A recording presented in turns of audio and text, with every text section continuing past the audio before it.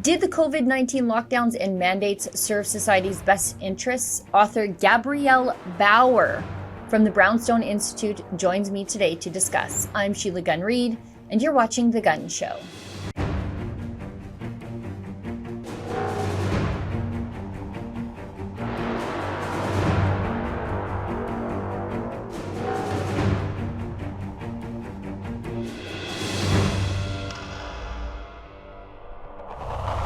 After 3 years of almost utter and complete homogeneity in the mainstream media and, in pop culture, dissenters are starting to have their say. And it's not that the dissenters didn't really exist during the COVID-19 pandemic.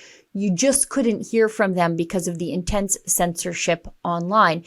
And the dissenters, they weren't necessarily wild-eyed conspiracy theorists. They were the fancy people, the well-connected people who all of a sudden found themselves canceled and othered, like, current presidential candidate for the Democrat Party, RFK. Now, my guest today is Gabrielle Bauer. She's an author and a longtime journalist, and she's got a new book published by the Brownstone Institute. It's called Blindside is 2020, Reflections on COVID Policies from Dissident Scientists, Philosophers, Artists, and more.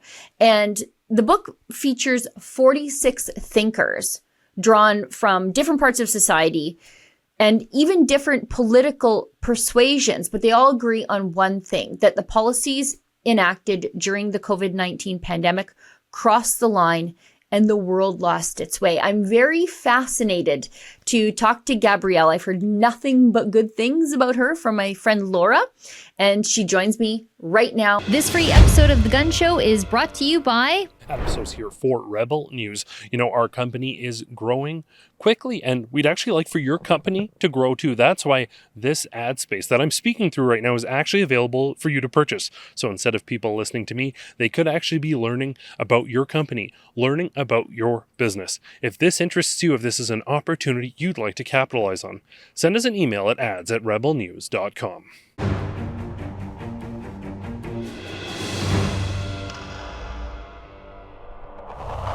So joining me now is author Gabrielle Bauer. She's the author of the new book, Blindside is 2020. And Gabrielle, thanks so much for joining me on the show. Before we get into the meat and potatoes of the book, I was, as is my job to do as a fellow journalist, poking a little bit around into your background. And as I previously said to you, don't take this the wrong way, but you're not a crazy person. And, and I'm told by the mainstream media and the people in the white lab coats that anybody who disagrees with the prevailing government narrative on the COVID pandemic is a crazy person and a conspiracy theorist. And if you ask Justin Trudeau, a fringe radical extremist and quite possibly a white supremacist, but I don't find any of that. You forgot racist and misogynist. That too. Yeah.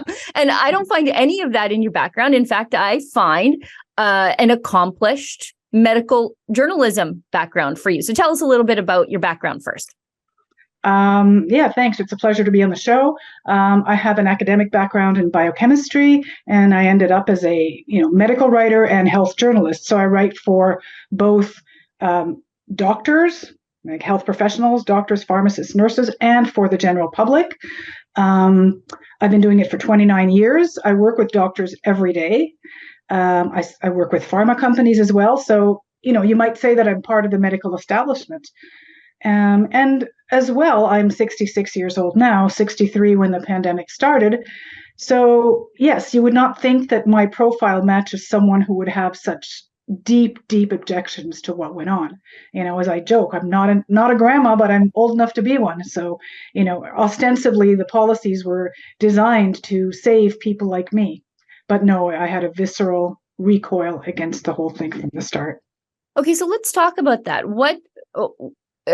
I know for a lot of people, there's a moment in time where they figure out, wait, this is not at all making any sense and not at all what we've normally done when we have a wave of infectious disease rolling out of China, as we tend to do every 5 to 10 years. What was it for you that really was the scales falling off your eyes? Well, to be honest, the moment was literally from day one, from I hour see. one. There was no sort of period, of a month or 2 months when I was on board. I pretended to be on board for the first 6 weeks because everybody in my circle was, and it took me a few weeks to really find my sea legs and start venturing online at first and then talking to other people and finding my tribe. But I remember thinking, literally, when the lockdowns were announced for the first time, I thought, why are we only listening to scientists here? A pandemic is a human problem. It's not just a scientific problem to solve. We have to sort of shepherd the human family through all this. Why are we not listening to mental health experts? Why are we not listening to economists and philosophers and historians and bioethicists? This is not just a problem of trying to control a virus. It's so much more. And that really troubled me right from the start.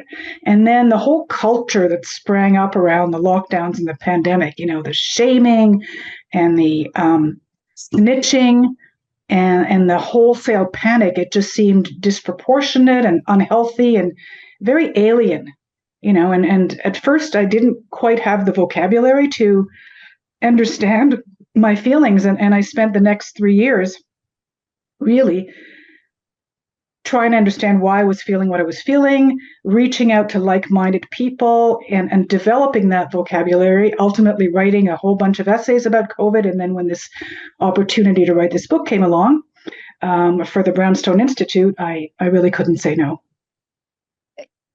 I often wondered how quickly it happened that people in East Germany adopted the snitch culture right in front of them. And there was the threat of real force from the government. And I don't want to say coercion isn't force, because it definitely is. But you had this real threat of people being imprisoned and taken away and gulagged because they didn't snitch on their neighbors in East Germany. We didn't have to get that far in our culture with the threat of this virus. What do you think made it happen so fast? Well, I guess, there's still so much debate about that. Yeah. I know that there's people who sort of say the whole thing was orchestrated. And my view is perhaps a little more nuanced. I mean, I hate to use the word conspiracy theorist because it's so derogatory, but, I don't lean that way. I tend to lean in the direction of groupthink is a very powerful human force. I don't know if you're familiar with Matthias Desmet, who I feature in the book, who talks about mass formation. Yep. And that's where I lean. I believe that there's a certainly historical record of group craziness that takes over people. The Salem witch trials being one instance. Satanic and we are still panic. Satanic panic is not that far behind satanic us. Panic, exactly. And this happens. And this just happened on a wider scale because of social media and instant connectivity and all that. And so I kind of believe in the dominoes falling theory that, of course, there were some bad actors that took advantage of the situation.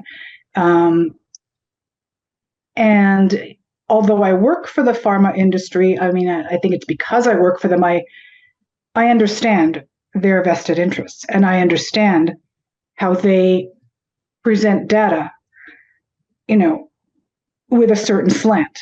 I mean, it's a business, and that's how the business is run. So, so certainly there were some bad actors, and there was some obfuscation, and of the reality.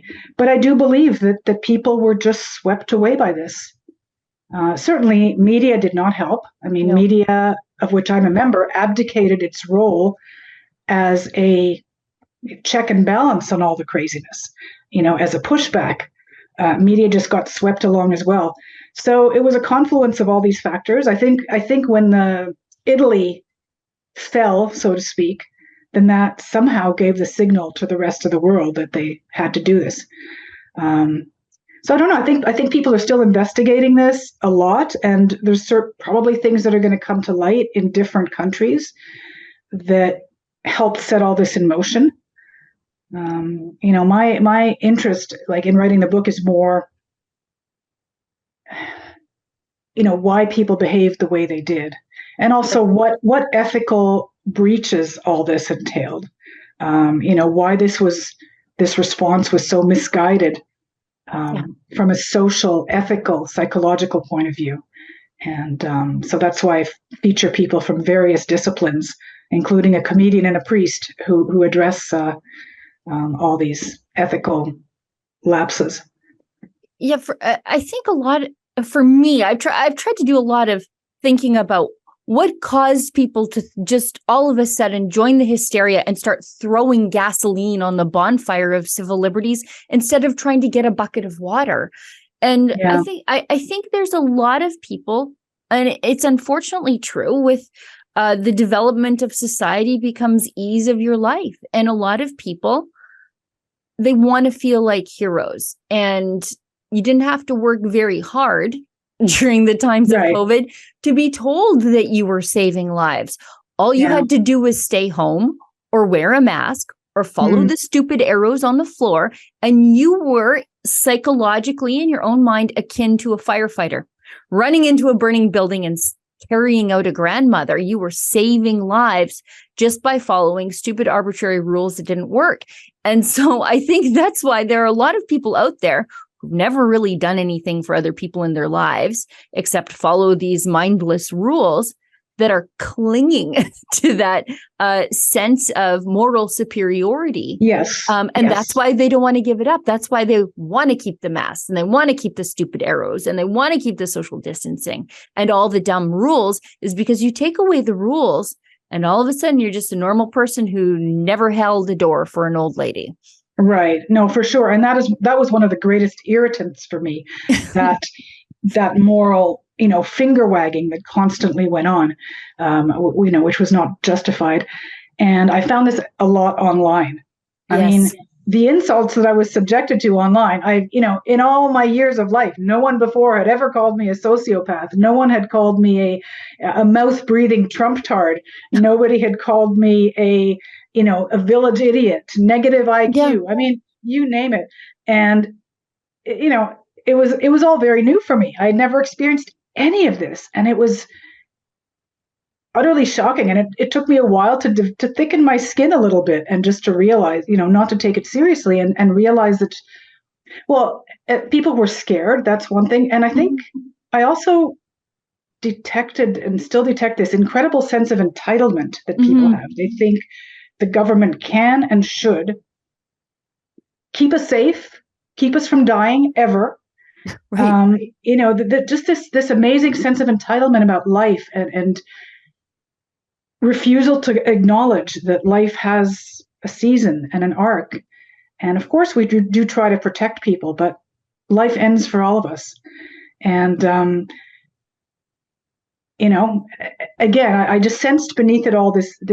It was more than COVID. It was more that people were coming face to face with their mortality in general, and they just didn't accept it. And there was something else very weird manifesting that I had never really seen before, that it all of a sudden became a moral failing if you became sick. Yes. Yeah, that is so true. I give the example of the flu. Like before COVID, if a very old and very frail person died of the flu, and I know somebody, a relative to whom this happened, people just attributed it to their age and their frailty. Nobody went hunting for a killer. Right. It's when somebody is just that frail, something's going to get them. It's sad. We mourn the death, but that's life. That's biological life. And yet when COVID came along, it was, who transmitted it, and who transmitted it to the person who transmitted it. It's just, that's not how life works on a planet that's shared by humans and microbes. I mean, inadvertent transmission has happened since the dawn of time. Of course, we don't go around deliberately infecting people. Yeah, but this idea of assigning blame, and especially telling children, don't go and kill grandma, that's so destructive to a child, to saddle them with that unnecessary and unwarranted burden of guilt. So I really objected to that. So before we get into your book, because that's why you're here talking to me, I wanted to ask you, did you have personal fallout for being a skeptic about how the pandemic was handled? I think for those of us who have, I think most of us, if you are an open-minded person and don't shun your friends if they think differently about things that you hold different values on, I think a lot of us ran up against people that we disagreed with on COVID. But it seems as though for me, if you came from my side of the argument, if you disagreed with someone, you could just disagree with someone and life went on. But from the other side, again, it's that sort of sense that you had a moral failing if you didn't follow the government narrative. And so now they couldn't talk to you. Did you have some of that in your life? Well, I have to say I was pretty fortunate. As I just told you, I mean, people attacked me online like crazy. But as far as losing personal friendships or relations with relatives or even colleagues, that has not happened so far. And I've even had some colleagues buy my book, colleagues who didn't agree with my position. And I'm not sure why. I guess I tried not to be too combative in my discussions, but I did after the first 6 weeks. The first 6 weeks, I was scared to talk to anyone. And I only talked to people online. And after that, I made the decision, I'm old enough that I should be able to say what I think, and whatever happens, happens. And so I did start to talk to people, and I did have some disagreement, but I haven't lost a single friend or colleague so far. So, and I know I've heard lots of stories of people who have. I mean, the worst that happened is, I remember I was at a family gathering in New York last year, and when I was talking about my views to a cousin, he said, "But surely you didn't support the convoy, did you?" And I said, "Well, as a matter of fact, I did." And he just looked at me just kind of baffled, as though, this was just something that had never entered his field of vision before. He is very, very far left. And I think he had just he didn't expect that response and didn't know what to do with it. So he just kind of changed the subject. I thought it was funny because, he could accept that I'm against some of the lockdowns, but you actually supported the convoy. That's funny. I see some of those people who were very pro-lockdown, pro-coercion, coming around to my way of thinking, and I'm trying to exercise some grace and stick my "I told you so's" in a sack, because these are baby critical thinkers, and I don't want to scare them back to the other side. But I'm glad that you're obviously a good judge of character to the people that you keep close to you, because you didn't have a lot of people shunning you or any people shunning you for your worldview. Go ahead. No, please. No, I just wanted to say, perhaps, I don't know. Perhaps it's because I did get vaccinated. I mean, that wasn't my hill to die on. Mm-hmm. I came to be very much against the mandates and certainly against the degree of coercion. And I never, ever, ever asked anyone else their vax status or never made socializing contingent on it, nothing like that. But I did get vaccinated. I imagine that if I had not gotten vaccinated, then I might have faced more of that opprobrium. And you had told me that before we were recording, but I just didn't think that was actually all that relevant to our conversation. One of my hills to die on during all of the pandemic was I care about medical privacy. I don't want to know. I don't think your bartender should know, or your flight attendant should know what your vaccination status is for the flu or for COVID. So I didn't even want to bring that up. But I think that's a really important point to make that you just made, is that you're not necessarily against the vaccine, although I think this one was not as advertised. No. And a lot of people are figuring that out. But you seem to be, as you said to me, against the mandates and against the coercion of it all. And for me, too, it was also the government handing the coercion over to the private sector and then saying, "See, it's not us. It's actually the bar that wants to stay open so the guy who owns the place doesn't lose his shirt. That's the guy vax carding you. It's not us." Yeah, no, for sure. And I have to say, and again, my views evolved as well. Like when the vaccine rollout started, I wasn't that opposed to the mandates at that point, because I thought, well, it's not that different from school mandates. And all my kids got vaccinated, and I never really gave it too much thought. I thought it was the right thing to do at the time. So I thought this is not that much different. But then as time went on, and as I talked to bioethicists for the book, I began to realize that no, this was not just like the childhood vaccine mandates. This was much different. The degree of coercion was, off the charts, way more. If a parent did not want their child to get vaccinated, there was always a way out without sacrificing their career, or their prospects. This was very different. And so I really, my views certainly shifted toward vehemently opposing the mandates and the way they were handled. Yeah. And I'm like you, I try not to walk down the conspiracy road, but boy, it's hard these days. And it felt as though they wanted to eliminate the control group with these mandates, right? You got to get everybody vaccinated. So there's nothing to compare against at the end of the day. And I think that was one of the reasons why the mandates were so harsh that you couldn't watch your kid play hockey, couldn't get on a plane. I mean, this is Canada, one of the biggest, least populated countries on the face of the earth. Hopefully someone will edit my alarm going on in the video. But this is Canada. We're one of the least populated places on the face of the earth. And we were not just confined to our location, but oftentimes confined to our homes. We couldn't mix households. And I think that was to make sure that should something go wrong, that there was nothing to compare it against. And I know that sounds like a conspiracy theory, but, but I'm there on that one.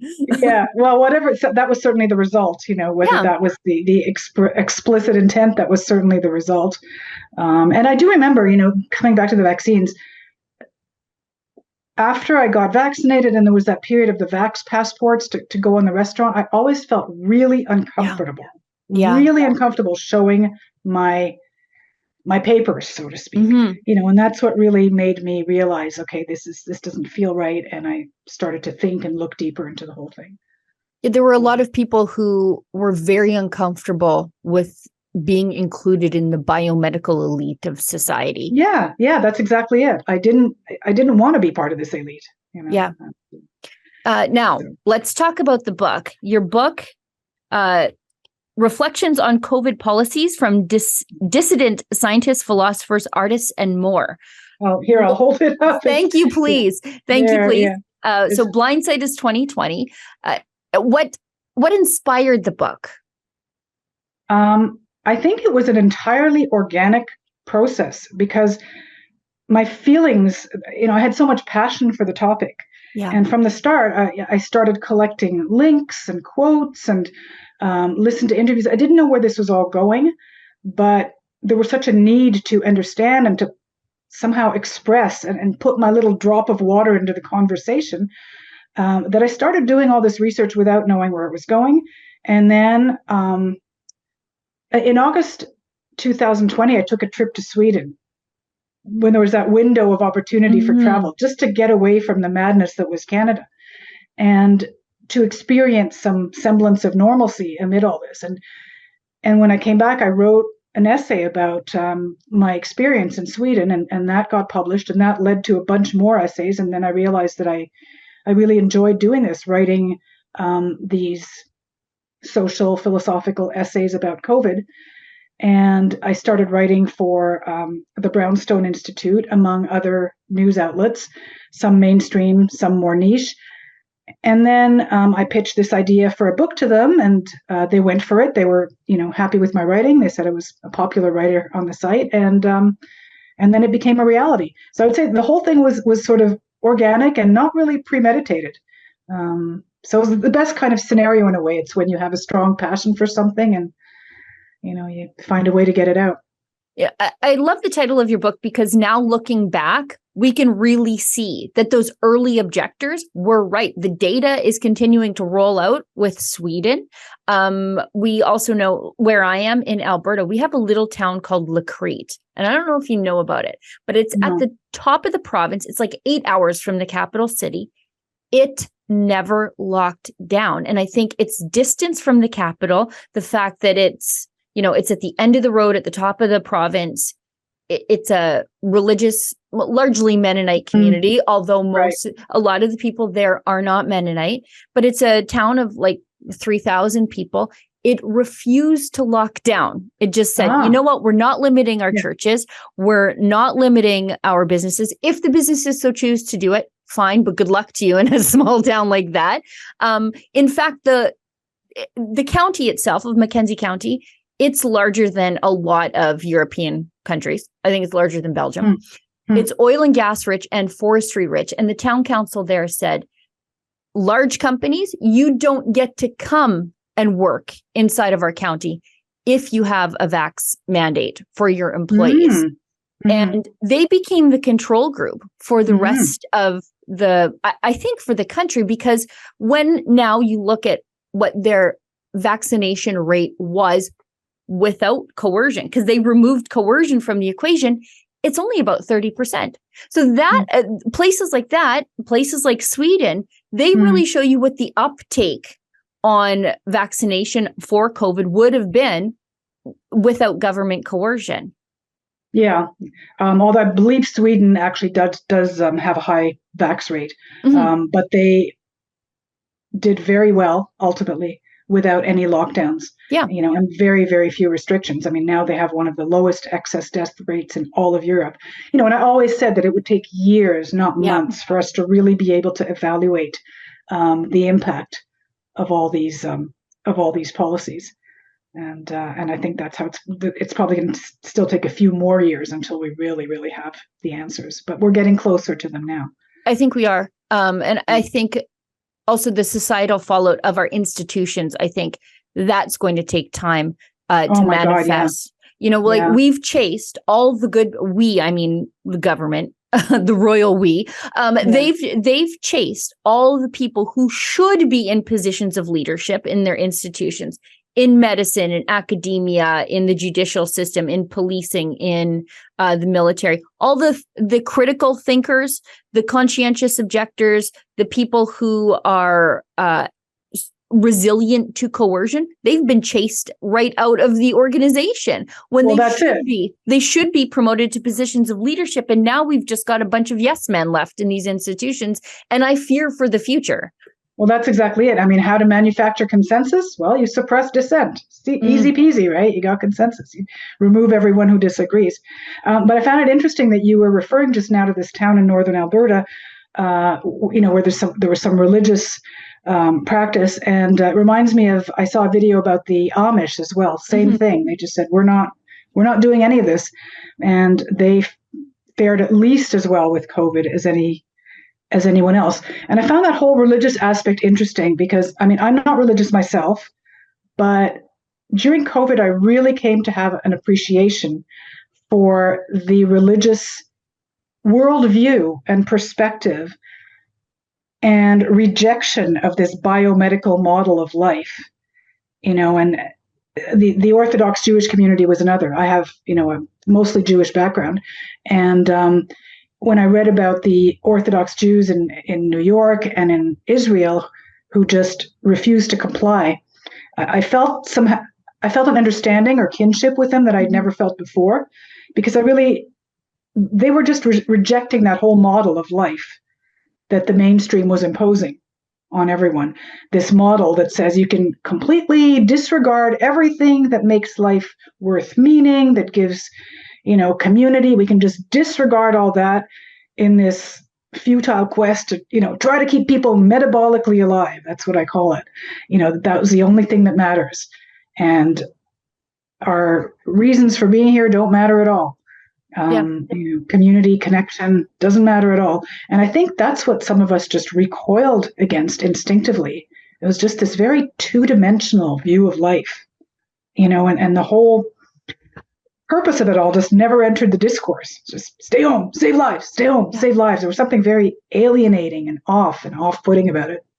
Yeah, we saw that with a lot of the Christian pastors featured in our documentary that's being released on July 5th. It's called Church Under Fire, Canada's War on Christianity. And we spoke to members of the Christian community who objected to the lockdowns or at least the restrictions on places of worship and the consequences that they faced because of that. I mean, we had pastors facing, weeks in jail. Pastor James Coates here in Edmonton, Phil Hutchins in New Brunswick. I mean, it was just an insane time to see these China-style lockdowns on pastors.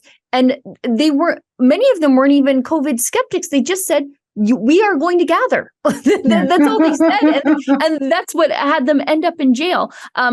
Getting back to your book, because I could talk to you forever about what you think about the lockdowns and all those things, but I know that your time is precious.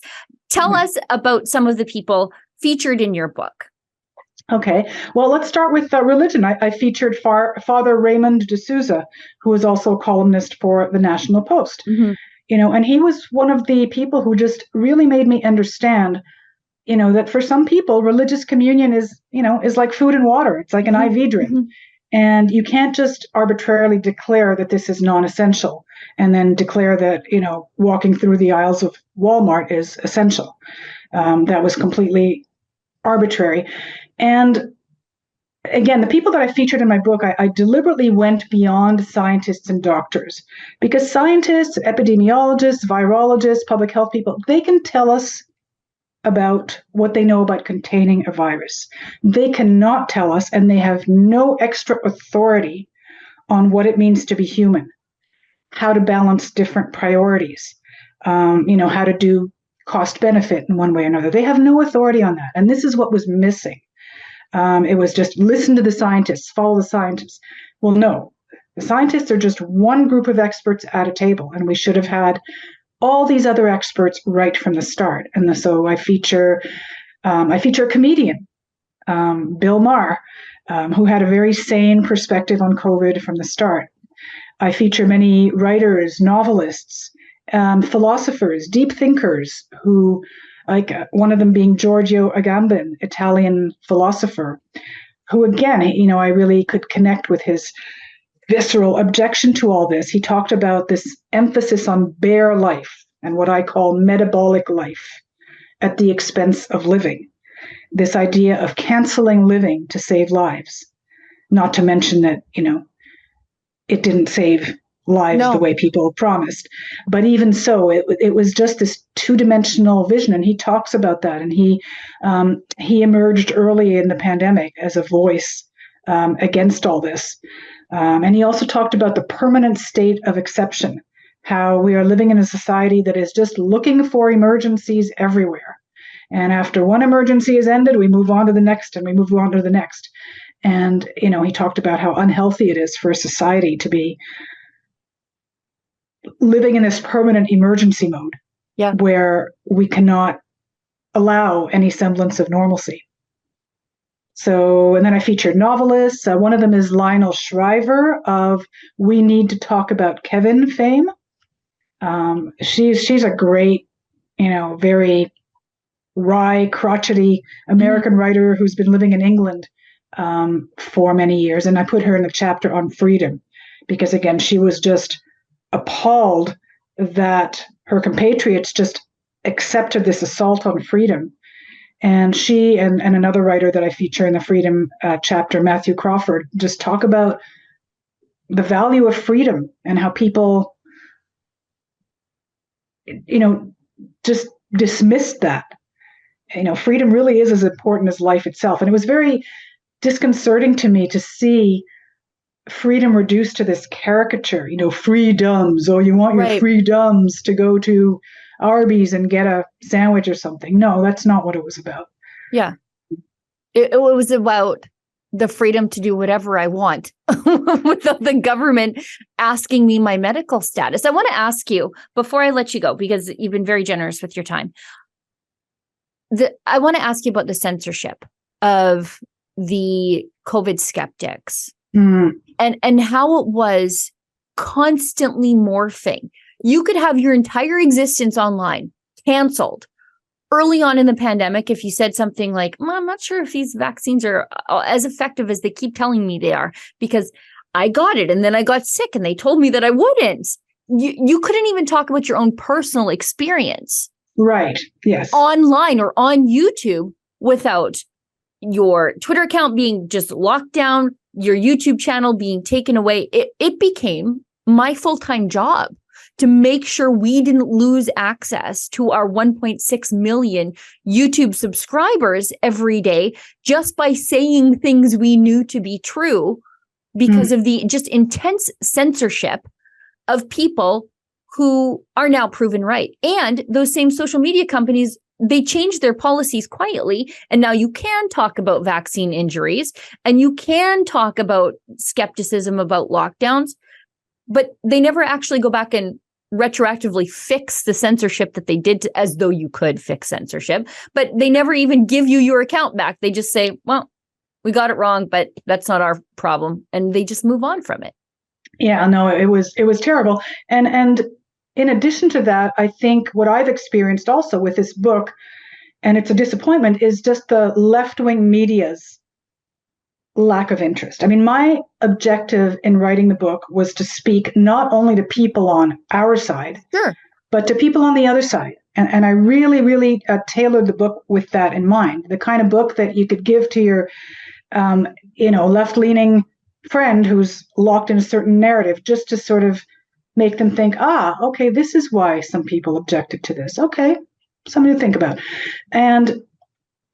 But I've found that it is, my publisher's been great in promoting the book, and I've supplemented my publisher's efforts, but I found that it's been so much easier to attract interest from so-called right-wing media than from left-wing media. And, that's another form of censorship or ignoring. And so then people don't get the full picture. I'm still working on it, and I've had, a few little bites here and there, but I find that that's a very big shame in that, again, we don't get to influence or to really participate in the discourse to the extent that we should. And then the debate still gets framed in a certain way. On the flip side of that, I somewhat understand the psychology of people who don't want to pick up your book and read it, because your book, if you pick up the book and read it, if you're on the other side of this and you just spent 3 years acting like an absolute tyrant, like just discriminating against people because of their medical choices, and you pick up this book, and again, I use the phrase, the scales fall away from your eyes. You don't want to admit to yourself, like you have to admit to yourself that you were wrong, really wrong, and you were not the person you thought you were when you are mugged by the reality of something like your book. Yeah, I suppose that's part of it. Although I have to say, where I have had success is individuals that I know, sure, that were on board with that and who know me. And, I told them my book was published, they bought it, they read it. That's been successful. So I think that, once people get their hands on it, it's really not a combative book, and sure, it's more of an exploratory book. Here, look at the menu, see why we felt the way we did. And I also get deep into some personal experiences, how the lockdowns drove me to try LSD and see a Zoom therapist and all this stuff. I have a history as a memoirist too, so I weave all that in. So I think, again, once people get it into their hands, it has made people think, it hasn't offended people. It's just, the barrier really is to get the left-wing media to, to sort of spread the word. And I think that's what all of us face who write so-called counter-narrative books, It is. So I know my publisher, Jeffrey Tucker from Brownstone, said the sort of book that people on our side should just give their friends on the left wing. Yes. Here, try this. So I really hope that, that this happens a little bit. Yeah, you don't seem like a combative lady. And I'm sort of shocked that you tried LSD.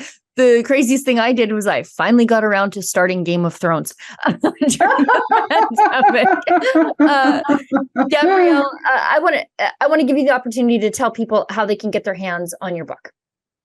Okay, well, it's available at all the Amazon outlets, either as a print book, an e-reader, and recently as an audiobook as well. Nice. And I'm not the narrator. Publisher chose a narrator. For Amazon haters, it's available on Lulu. It's published by an American publisher, so you won't find it in many bookstores here. Spanish speakers, it has also been picked up by a Spanish publisher, so they can pick it up at Mandala Ediciones. Oh, nice. And I will include a link to your Brownstone page in the show notes and in the text accompanying this interview so that people can just click right through if they want to. Yeah, and also, I mean, if possible, you could also include perhaps a link to the Amazon ordering. Yeah, will do. Amazon.ca, that would be wonderful. And well, thanks very much. Really enjoyed talking to you. This free episode of The Gun Show is brought to you by my mug. I know, it's pretty cool. So is this hoodie I got on, and you could have it on too if you check out our special website at rebelnewsstore.com. That's where you can see Freedom Focus hoodies that we have for you, beanies, cell phone cases, you name it, all while supporting our journalism, where we fight to bring you the other side of the story, as opposed to, being forced by the Trudeau government to fund leftist media out of your taxes. The truth is, without you and your generosity, there is no Rebel News. So again, if you like the reports that we bring you and that we also fight for freedoms in Canada, please consider doing some shopping, picking up some swag at rebelnewsstore.com. We appreciate your support.